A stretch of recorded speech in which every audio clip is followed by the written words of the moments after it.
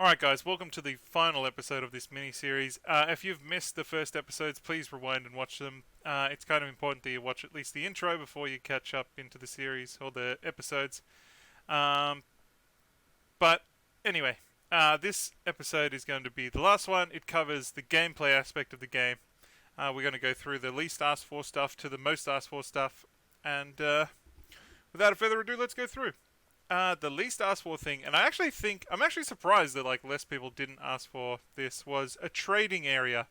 So this is basically a spot where two players can meet and then trade whatever stuff they want to trade. Whether it be ammo, weapons, ammo, or supplies, or whatever. I actually think that's not a terrible idea. It's kind of annoying at the moment to log into your game, load up all this stuff that you want to trade, then log into theirs, give it to them. But who knows? Trade area, not a terrible idea. Two people asked for more cutscenes. I don't think State of Decay, they make little trailer videos and stuff. They're not really big on the cutscenes. They have small cutscenes here and there, but they're not really big on cutscenes. But more cutscenes, why not? That could be cool. The third thing that people have asked for, and three people asked for this, was no multiplayer griefing. And I think this is probably one of the things that people are scared of the most in what could possibly be a multiplayer game where more people... there's a possibility that the game is a massively multiplayer game where we all play on the same map, and then of course that's going to inevitably lead to people attacking you, people trying to steal your stuff, what we would call griefing, people causing you grief. I actually agree with this, that there's no griefing in State of Decay. In saying that, though, I wanted griefing in Fallout 76. Initially there was, and then they immediately took it out, which kind of spoiled the game for me. You could shoot somebody in the head for an hour, and they wouldn't die. They'll just look at you and be like, meh. In that game it didn't really suit... Well, it probably would have suited, but they took it out. Whereas in this game it doesn't really fit. Griefing is not a thing that we want to see in State of Decay 3. Against other NPCs, yes. Against player versus player, no. Some people will agree, some people will disagree. That's just my opinion. It's my video, I can say what I want. Ha! Three people asked for a split screen mode. Now, once again, I don't know how hard this is to implement. I don't know if it would eat up all the resources in your Xbox or not, if it's even possible. I know the multiplayer in the regular State of Decay 2 has a tethered mode, so you can't go too far away from the host. This sort of saves the Xbox of loading in the whole map. You can just load in everything within a kilometer of, in every direction to sort of hold the load, or, not overload it too much. The multiplayer in State of Decay 2 did have huge problems with, invisible zombies, game crashes, physics, cars flying. I know at one point we managed to throw somebody in a vehicle, literally off the map. And they were stuck on the outside of the map, which is kind of funny. But, who knows? Split screen mode. I'm sure somebody would appreciate it somewhere. Next we have Endless Mode, which is something that I'd be interested in. You've got the normal story gameplay mode, where you do your story and then you finish it and you earn a legacy. But then next to that I want a different mode where it's just how many days you can survive. Endless Mode. It wouldn't be that hard to implement, surely. It's just the normal game without the storyline, basically. And you can just survive as long as you want. That's something that a lot of people did anyway. But I feel like if they made it a proper thing, then that would be better. Next we want modding. 4 people asked for modding. Now, with the introduction of the game being on Steam, modding might already be on the way for State of Decay 2. If modding's in State of Decay 3, that would be awesome. Well, it's one of those things, it's cool because you can, add vehicles and stuff and different guns that aren't normally into the game. The problem is that a lot of people take advantage of modding, and they will mod things that are ridiculously overpowered or really shouldn't be possible. Weapons with 999 bullets in them and that sort of thing. So once again, modding would be cool, but it could be easily, taken advantage of, and that would not be cool. If there's any sort of PvP in this game, and you come across somebody who has a rocket launcher with 999 rounds in it, you're not going to be happy. Alright, next we have no microtransactions or loot boxes / paid DLC. Now, Undead Labs really hasn't up to this point included any sort of microtransactions or loot boxes. Obviously nobody wants them, nobody likes them. The big companies like them because it makes them lots of money. However, they do have little paid DLCs every now and then, which I'm actually not completely against. They have felt very fair with their like the prices and how much you get in these DLCs. None of them were like mandatory, like they didn't really lock you out of any content. It just sort of added more stuff, which I thought was good. So I'm actually not going to be upset if they have that system and they keep using the like, small paid DLCs.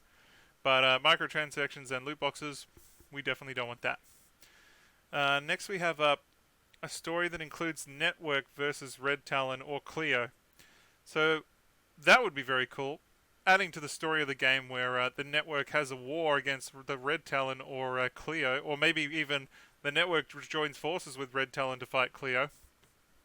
It's just an idea. 6 people suggested that that would be a cool idea. I'm not against that. I would, if there was a proper storyline mode for the game, and the story involved a Network versus Red Talon or Cleo war, that would be quite cool. I'm actually up for seeing that. Next we have first-person mode. Actually, 8 people asked for a first-person mode, which once again I don't think would be that hard to implement. I would actually play it in third person if it had a first-person mode. I'd be up for that. Right, where were we? First-person mode. I do think that it would be cool. I know 8 people have asked for it. Just imagine trying to fight a Juggernaut in first-person mode, or it grabs you and tears you in half in first-person mode. Good God. I'm actually not against that either. I wouldn't be angry if they added first-person mode in. That'd be cool. Alright, now the next one I actually would really love, and that's a solo survivor game mode. So you only get one survivor, but he can never get tired and never get he can just never get tired. At the moment, they force you to cycle through your survivors by they get tired after a while, they need a rest, and you got to play somebody else. If they could add a first player or a solo survivor mode where you only get one survivor, or your survivors never get tired and you can play one survivor as long as you want, or you have a colony with just one person, that would actually be pretty cool. I'd be up for that. So that's another thing that they could possibly add in. Next we have better rewards for playing multiplayer or with friends. This is another big one. I feel like at the moment, if you play co-op with your buddies, you do get like some multiplayer rewards, but I feel like those rewards could be a lot better. I don't know how they justify how much rewards or what rewards they give you, but if they could improve those, or at least make them bigger or better in some way, people would be more willing to like play with other people and that sort of stuff, and it could be better for everybody. So please add that in. Better rewards for playing multiplayer or with friends. That would definitely be a big thing. Now, 10 people asked for more story, which I think rolls back to the Network versus Talon War possibly, or some other completely different story that we have no idea what's coming. That would also be cool. The hard thing is though is to like make a cool story that doesn't copy The Walking Dead, since a lot of the we'll call previous legacy missions felt very Walking Dead-ish like, where a group of survivors tries to come and take over and that sort of stuff. I feel like they need to come up with a new story or go with the Network versus Red Talon War. That would also be cool. And then they would definitely not be accused of copying anything there.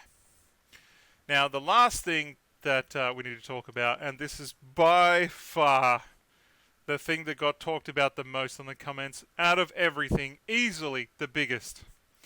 And this is the offline, online mode, single player, multiplayer, MMO, yes, no.